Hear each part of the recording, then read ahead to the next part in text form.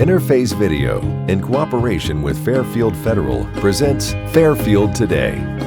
Brought to you by Fairfield Federal Savings and Loan, Fairfield Medical Center, Fair Hope Hospice and Palliative Care, the Frankie Smith Funeral Home, Fairfield County Adam H., Dagger Law, and the Fairfield County Board of Developmental Disabilities.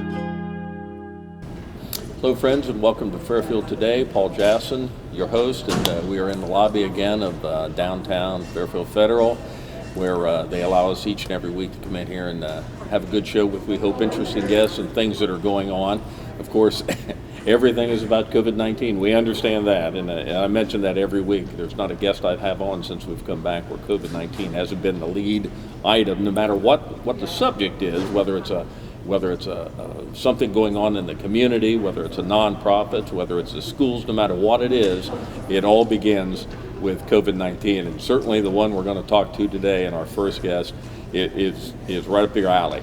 There's probably no more interest in a couple of events in town. One is probably the Fairfield County Fair, and the other one is the Lancaster Festival. And of course, we know the festival had to bite the dust because of that. We'll talk to them in a couple of weeks and see how all that went and where that's going. But the other one is the Fairfield County Fair, and it's a pleasure to have back with us today Jim Marcinko, who is the fair manager, and Nancy Myers, who is president of the board. And what a 6-month period you guys must have had, because there's not much. You know, early on when this all happened, say 5-6 months ago, the fair wasn't much thought, because I think all of us thought, man, this will be over. You know, it's October, everything will be back. Well, here we are, September, and we're probably no closer to having this solved than we were 5 months ago. And certainly for the fair, Jim, it's had a huge impact. Oh, yes. Yeah, this year is amazing, I guess. I don't know way to put it. The change from thinking you're going to have a full fair, now we're just having a junior fair only.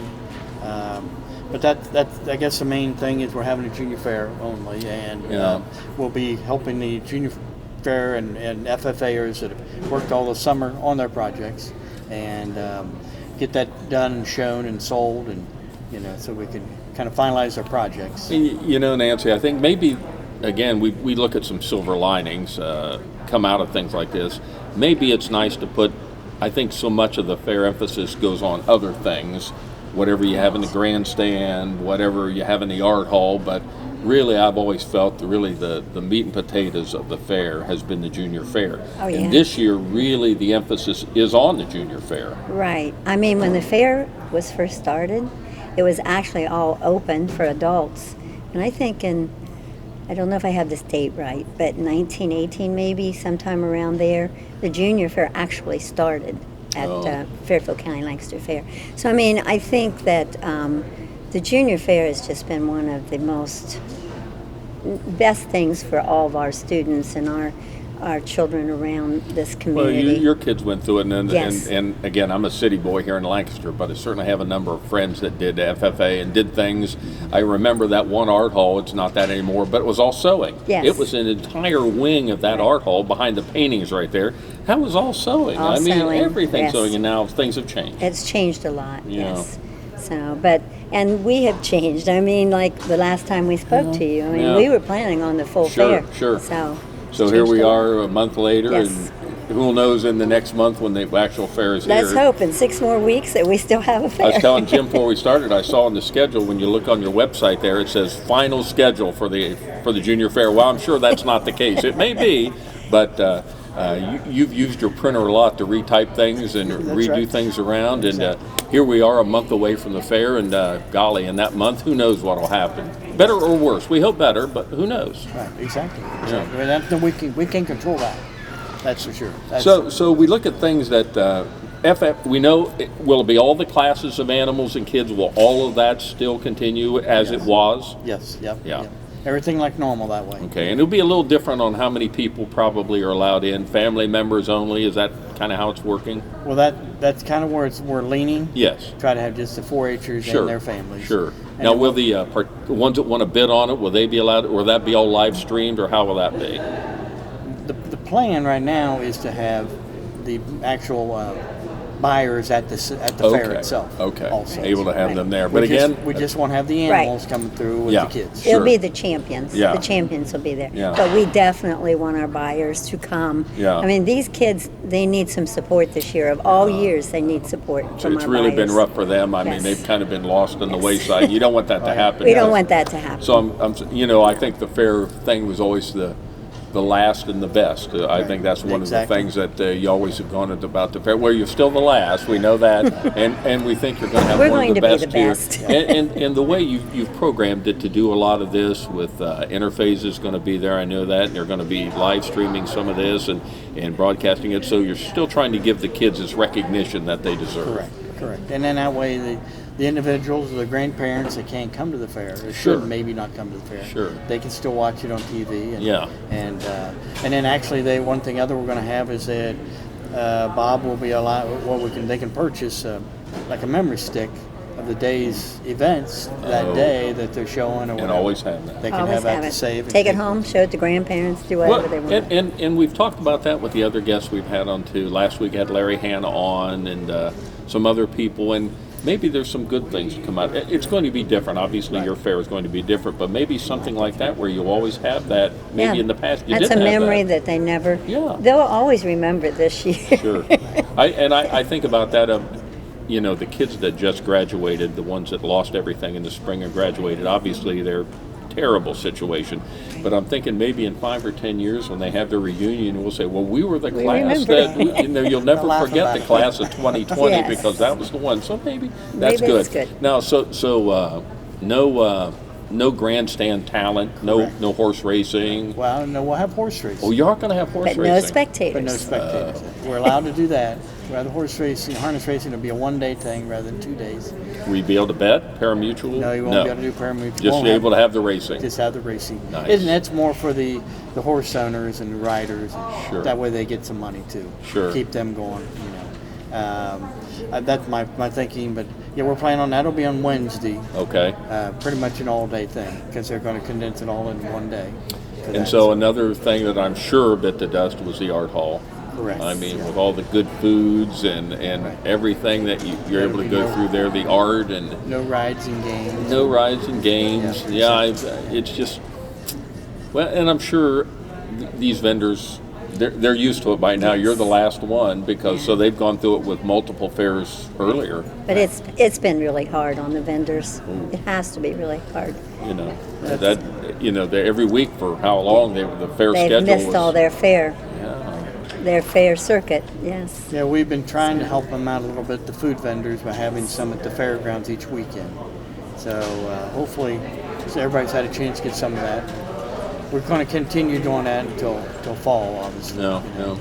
Got Jim Marcinko, who's the fair manager, and Nancy Myers, who's president of the board for the fair. And I guess Dave Benson probably couldn't be smiling anymore because however many years he had it, he was here for 100 years, and he had it, and he got out just kind of before things got crazy. But when you saw, I bet you've called him a lot of things. We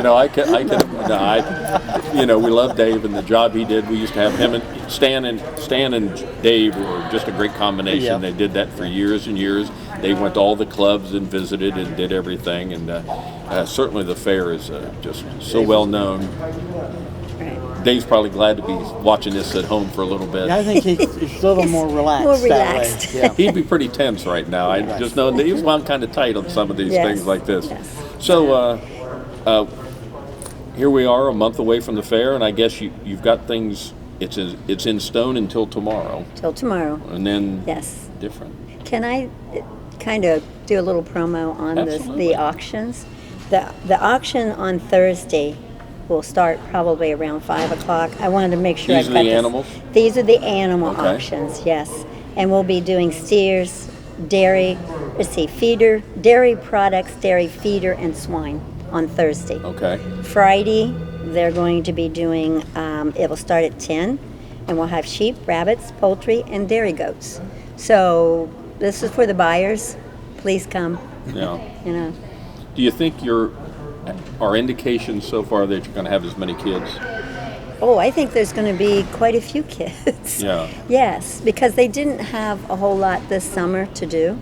So I think they actually did get their animals, and they've been working with their animals. They didn't have a lot of sports. They didn't have a lot of activities Some going of on. the other things, so they've really honed in They've on. kind of, yeah.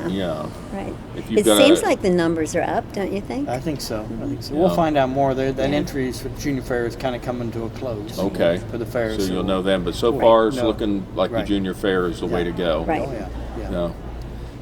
It's just been a very strange, a strange 6 months. Yes, it has. I'll be glad to turn over to 2021 myself. Yeah, they can hit Hopefully it gets Control Alt better. Delete and get rid Maybe of it'll this. get better. How are the board of directors? Are your meetings on Zoom now? Are you able to meet or? No, we actually meet. We've been meeting, yes. We meet 8 feet apart. Sure. But we're spread out. We're spread obviously. out. Went through the health department, got the okay on that, and we've got the layout. We have one person at each 8-foot table, and then they're in a like a rectangle type thing. Sure. So you might be talking a ways across to like 30 feet across to somebody, but it's spread out. We're safe. Spread out. And it's not directly related to the fair, but it seems to me you've had an awful lot of things going on each weekend at the fair. I've noticed the buildings in the back where everything always occurs. There have been things there. The horse ring down there has been very busy out there. It Right. looks like other things that prior to the fair still been going on. Well, all that stuff there that we are like our normal events. I try to have them run through their plan through the health department. That to me is the key thing, to get them to okay it and to make suggestions on it, and then we've finally, like last month, we've started having auctions back again. Okay. But they had to do different things there. Sure. They had to have people spread out, and their items had to be spread out farther in the buildings, stuff like that, and less people in the building. And I that think type of people thing. understand that now. I mean, everybody knows that everybody's doing the best they can, and it's just not business as usual. Right. No. They're just working under all the rules. Sure. Rules they have to follow. Yeah, Larry Hanna was here, and I know you guys have talked to Larry 1,000 times probably. I'm certain he never thought he'd be in this position because the health department has they got the power. They have the They're power. the ones to do it, and Yes. it's a difficult job, and he's indicated that. I've told them many times I don't envy them. No, They you got say- a bad enough. They say the same You've thing lost for me. enough sleep about losing Right. the fair here with We're you just guys. one thing. They have a lot of people. They have a lot of people to work. Well, we got a month to go. We'll try to get you back in right before the fair starts because we know the rules will be different then. Whatever you've got today, as it was a month ago, will be different in another month. So I hope thanks not too for much. coming down and Appreciate you filling having us in and letting us know. We'll try to get you on once more. October 11th through 11th. 17th. 11th through the 17th. Yes. Still the last and the best. Fairfield County Fair still going on. I want to thank Jim and Nancy for being with us today, and we'll see you maybe in a couple weeks here, and we'll go one more time. Appreciate it. Thank Thanks you. very much. Thank you. We'll be back on Fairfield Today in just a moment. Fairfield Federal. When it comes to our customers and our community, we go above and beyond to help. Our people make the difference. It's a hometown bank. It's located here in Fairfield County. Branches are convenient. They're located here in Pickerington, where my office is. I'm in Lancaster a lot, and they have plenty of branches there. And I much prefer dealing with the hometown banks rather than the larger nationwide chain banks. So far, everybody's been so personable, and for us to bank with the local bank, and we bank in Lancaster, it's been so wonderful because we'll call somebody, Steve will call somebody, and they'll get back to us right away, or they'll say, okay, we're going to make a decision in the basement tomorrow, and they'll get back to us, rather than calling a bigger bank where we had to wait, and we didn't always get the same person the next time we called for a investment banking opportunity, or getting something appraised, any of those kind of things. Everybody is very customer friendly. A lot of times I'll bring my dog Bear with me, and the staff love him here, and of course he loves them and the treats that he gets. So it's just a nice kind of a family type environment. Personal or business banking, whatever you need, we take it seriously because we know you do. Stop by today at any of our 3 locations and see why the difference is clear. Fairfield Federal Savings and Loan specializes in banking that revolves around you. Member FDIC, Equal Housing Lender. I'd like to thank Jim Marcinko and Nancy Myers for being with us, talking about the fair. Again, we'll try to have them on as we get right up next to the fair in October, and we'll see how that's going. And we hope everything is still going well. The biggest and the best and the last fair. We still that's still have something we're able to say after October this year. Again, COVID-19 kind of talks about everything we do, and this is certainly no different. The phrase you always hear, it's all about the children. Well, my next guest, he can certainly say that's true. Principal at Fisher Catholic High School, Jim Globokar. Jim, thank you for joining us. I think first time we've had you on. Yeah, it's the first time. I appreciate it. Thank you very much. That's all right. We'll talk about Fisher Catholic and all that it means, and kind of the identity of Fisher Catholic in the town of Lancaster. But something that just occurred a couple of weeks ago, I think it's been 2 weeks ago, was your annual Bit of Luck. And it was done virtually this year, as everything is. It's 180 degrees tip from how it's always been, and that's always been the big fundraiser for Fisher Catholic. They've raised pretty much all their money. I think everybody understands Fisher Catholic, not a recipient of government funds. So this is really what funds the school's been going on, I don't know, 25, 30 years. I'm not sure how many, but a long time. Dr. Snyder got it going many years ago, and it just finished up, and as I understand, it was, even though it was virtual, it was still very successful. Yeah, obviously we normally have our Bit of Luck in April, and it goes, we budget over $100,000 each year for what the community brings in, and obviously this April, that wasn't going to happen. So we rescheduled it for August, under the assumption that by the time the end of August rolled around, we'd be able to go. Sure. And it's known as the biggest party in town, I think. And I know the Diocese of Columbus, always talks about it being one of the top fundraisers of all 53 schools. Really? And a lot of schools have patterned their fundraisers after the Bit of Luck. And so it's just one of those things everybody looks forward to. And if you talk about Fisher Catholic, everybody says, when's Bit of Luck this year? When's Bit of Luck? Sure. Well, it's the last Saturday in April. This year it was going to be August 22nd, but then a couple weeks before that, we realized that we were still in a tough spot, and we thought that the safest way for everybody would just be to have it virtually, and people stepped up, and it was awesome. It was last weekend. And that was really up in the air until just a couple weeks before Bit of Luck, because there was a lot of movement then. How many people could meet together? Mm-hmm. Would everybody feel safe in your cafeteria or in your gymnasium out there with the big meals seated around? There was going to be a lot of restrictions, as I understand, with that. So the decision was made, and it sounded like it was the right one to do it virtually. And once again, we see Lancaster step up to help out.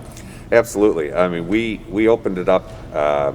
It was a tough decision, and we had many a meeting this summer, and eventually I just had to make the call that too many of our at-risk community members attend, and it just wasn't the smartest thing to do, I think, and so they stepped up. I mean, we raised over $100,000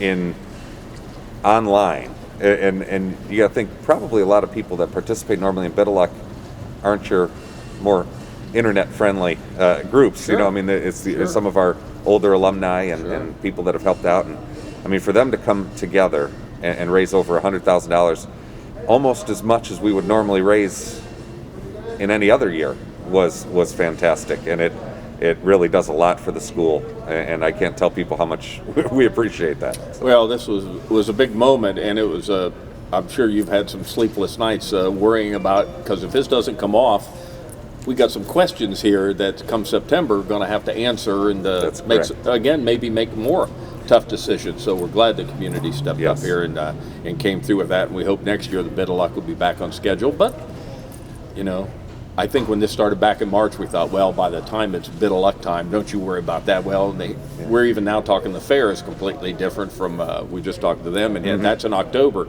So who knows what it'll look like in a year. You certainly can't say that.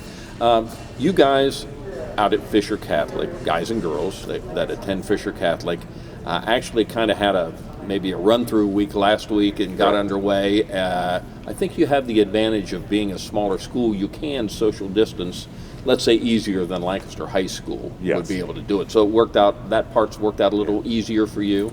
Yeah, and I know, all the schools are going way above and beyond to make it safe, and I know Lancaster's doing a great job, and I've heard nothing but great things about the elementary schools, the junior highs, etc. But yeah, I mean, being a school we have 154 students this year, 9 through 12, and so that allows us to bring them in 5 days a week and still be able to do the distancing and take all the appropriate measures that we need to take. So last week we brought them in 1 day at a time. So we had the seniors come in on Monday, the juniors come in Tuesday, etc. Gave them a nice 3-day weekend to catch their breath, and brought them all back yesterday, which would have been Monday the 31st, as a school. And so far through a day and a half of all school, things are going well. But it's like you said, it's one of those things that we're taking it 1 day at a time, and our goal is to have them there safely for 175 days, and we've done 6 of those. So hopefully the next 169 will go just as well. I know Amanda has gone back in school, 5 days a week in school. Lancaster, I forget the term when I talked to Steve Wigton. Blended. It wasn't hybrid, blended. Yep. That's the word Steve liked to use. It was blended. You felt that at Fisher Catholic, because of the size of the school, the size of your student body, in school was the way to go. Yeah, we had a big push from our community that they wanted the kids in school. I think that it was, they know that the online learning, even though the teachers did a great job in the spring, sure, it's easier when the teacher's in front of you and when they can do it's just not the same. And there's a lot more to high school than just the learning. It's the social, it's the the extracurriculars, the dealing with adversity, all those types of things that we felt that if there was any chance we could get them back, we were going to do everything we could to do that. And so we have our building spaced out. I mean, we have 4 classrooms that we're using now, that had never been touched before. We can fit about 15 to 18 kids in a normal classroom with 6-foot distancing all around. So any of our classes, and once again being a small school, we don't have that many of these, but any of our classes that have more than 18 kids, we moved into one of our 4 auxiliary rooms, which have anywhere from 25 to 40 desks in them, 6 feet apart. So we were able to accommodate that, and lunches and all those things. Fisher Catholic, again, a private school, tuition-based, money raised from the community. That's how it's going. Tell us about Fisher Catholic. Why would somebody, when I was in school at Lancaster High School, the only kids that went to Bishop Fenwick when I was in school, the only kids that went there were Catholic kids. Mm-hmm. That was it. The Protestant kids went to Lancaster High School. The Catholic kids went to Bishop Fenwick, St. Mary's prior to that. That's a little bit different now. You have non-Catholic children attending Fisher Catholic because they want what? Well, first of all, everybody's welcome at Fisher Catholic. I mean, there's, obviously the majority of our students are Catholic. I'd say probably 80%. Mm-hmm. But at the same time, we offer strong academics, first of all. A lot of our students that transfer over from some of the other schools, when they get to Fisher, go, whoa, this is a little bit more rigorous, a little tougher than what we're used to. We have every kid that comes back is prepared for college. Mm-hmm. We have 99% of our kids go on to either a 2 or 4 year college. So that's another thing that you have, is you have this environment where every classroom you're in, it's not cool to get bad grades. It's cool to have A's. It's cool to see what school you can get into. And so you're being pushed not only by your teachers, but by your classmates. There is the Catholic identity part of it, and I know that some maybe non-Catholics feel uncomfortable with that. And what we tell them is it's still a good thing to learn. Oh. It's still a good thing to learn. I mean, 1.2 billion people or so in this world are Catholic. Mm-hmm. It's not a bad thing to know about. And they still have to participate in our all-school masses and different services that we have. They have to take theology class each year. But like I said, I feel like that's something that's good for them to know anyway. Oh, yeah. So, and the extracurriculars, that's another reason. I wanted to hit on that. Yeah. I think we saw the spring when it came down, life was over, unfortunately, for those young people that went to Fisher Catholic, and all the spring and all the sports and all the theater and the drama and the plays, and even up to the graduation, although you guys did a great job with the graduation you held out there. It was a lot of fun, I'm sure, from your aspect. It was 6 hours of fun, but Yeah. it was fun. Yes, Yeah. we did. We had a graduation in the spring where we had the seniors come in 2 by 2, two families at a time. It's about 6 people each, and we had them come across the stage, and we had it live streamed, and got their diplomas and pretty much everything they would get during a normal graduation ceremony, just 2 at a time rather than 40 at a time. But it was a good event, and we got to make it very personal for each senior, so that was good. So now we Yeah. fast forward to a new school year. You got all these extracurriculars that would be starting up right now for the fall, football and sports and the band and everything that will Mm-hmm. Yep. be going on with that. Is it back to whatever normal is? As much as possible. Sure. Yeah, I mean, The new normal. Yeah, I love that phrase, right? But yeah, we, for example, this week, I mean, we had home soccer match yesterday, home volleyball match yesterday. We have cross country meet that we hosted last week. We have our first football game we're hosting this Friday. We have we have our volleyball. We're honoring our seniors early in the year just in case, just to make sure that they get honored, but hopefully doesn't matter. But yeah, I mean, for the athletes, things are about as back to normal as they possibly can be while still following all the guidelines we're supposed to so that we don't get shut down. My guest is Jim Globokar, and Jim is the principal. 3rd year up at Fisher Catholic. 3rd year, yes. 3rd year at Yeah. Fisher Catholic. You know, who would have thought in just the last year? You know, I talked to, again, Steve Wigton. I talked to anybody that deals with young people in the community. You guys have probably been more or as much impacted as almost any other profession in the entire state with how the young people have had to be handled. The school, I'm sure if anybody walked in there now from 2 years ago till now, it would look dramatically different. Yeah. Yeah, we have signs up everywhere about wearing your masks and Come in this door, go out that distancing door. and Cafeteria is you can- different. Our hallways are all going one way. I made the joke in our thing that we have NASCAR hallways. You just keep turning left. You know, Got your left just signal on. Yeah, that's it. So, you know, it's certainly different, but at the same time, you know, I think our kids they're handling it well. I mean, I'm sure they're glad to be back. And that's the thing, is as much as they whine because they're teenagers and that's what they do, there's a smile behind it. And the smile is they want to be together, preferably 6 feet apart, but together. They want to participate in their sports. They want to do all those things that make high school as memorable as what you and I remember. Sure. And so hopefully, like you said, being a small school that's so well supported in the community, we can allow them to do that 5 days a week for the whole 2021 school year, and by then hopefully be out of this mess and go from there.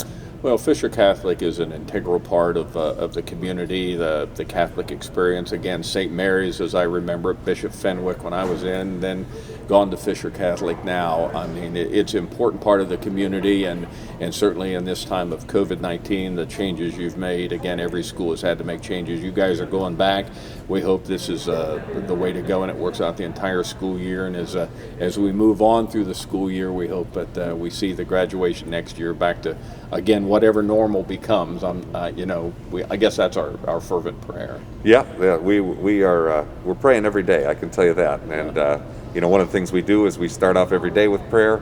We start off every class with prayer, and we end every day with prayer. And probably the top of that is the prayer that people are healthy and that we can get back to that everybody can get back to doing what we love to do. Well, stay safe with your teachers, administrators, staff out there, the kids, all you folks. We hope it goes well and you've made the right calls, and we'll just see how it goes from here on out. So good luck. Appreciate it, Paul. Thanks for having me on. Jim Thank you very Globokar, much. who is principal out at Fisher Catholic High School. We're glad that he could join us today, and thank you for being with us on Fairfield Today.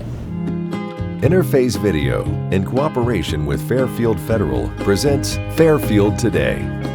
Brought to you by Fairfield Federal Savings and Loan, Fairfield Medical Center, Fair Hope Hospice and Palliative Care, the Frankie Smith Funeral Home, Fairfield County Adam H., Dagger Law, and the Fairfield County Board of Developmental Disabilities.